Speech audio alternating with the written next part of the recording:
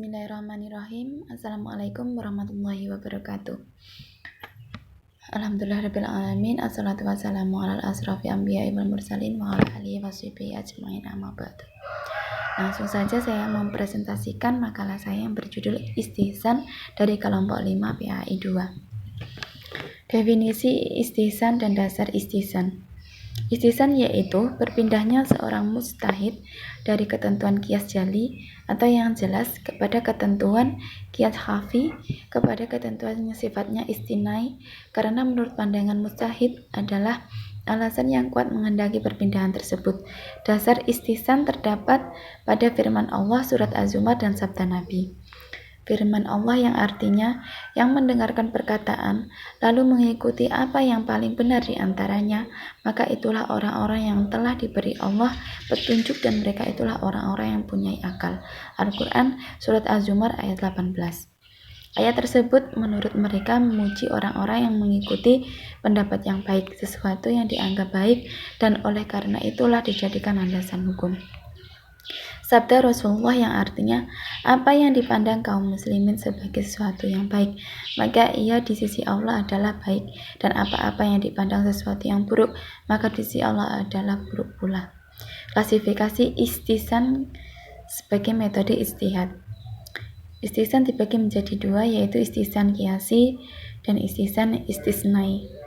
Istihsan qiyasi adalah suatu bentuk pengalihan hukum dan ketentuan hukum yang didasarkan pada qiyas jali kepada ketentuan hukum yang didasarkan kepada qiyas khafi, karena adanya ilat yang kuat untuk mengalihkan hukum tersebut. Alasan kuat yang dimaksud adalah kemaslahatan.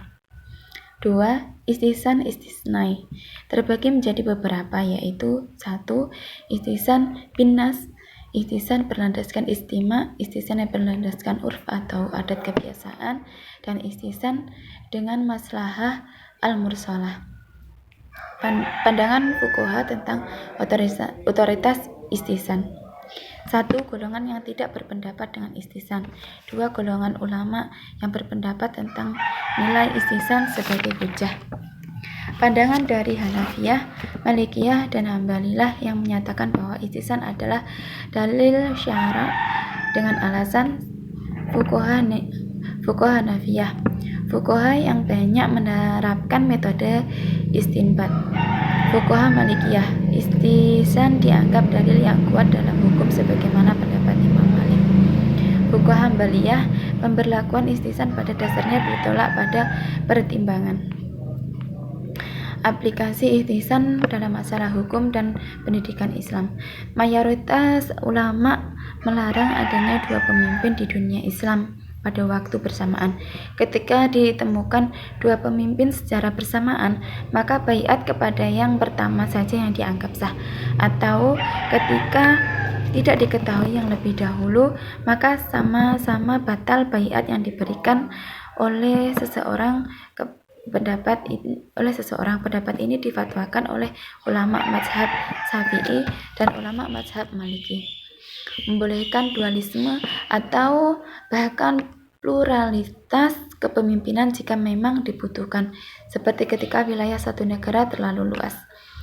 Pendapat ulama mazhab Malik ini dibangun di atas dasar istihsan, yaitu beralih menggunakan hadis yang merupakan dalil atau sumber hukum yang dianggap kuat, karena prinsip berdirinya negara adalah untuk memberikan pelayanan kepada masyarakat baik dalam aspek kerohanian maupun kesejahteraan. Peralihan penggunaan dalil inilah yang disebut istihsan. Wallahu a'lam bishawab. Demikian presentasi makalah saya tentang istihsan. Masih banyak kekurangan dari makalah ini, mohon maaf yang sebesar-besarnya. Saya berharap kritik dan saran dari teman-teman semua. Akhirul kalam, billahi taufiq wal hidayah, wa ridha wal inayah. Wassalamualaikum warahmatullahi wabarakatuh.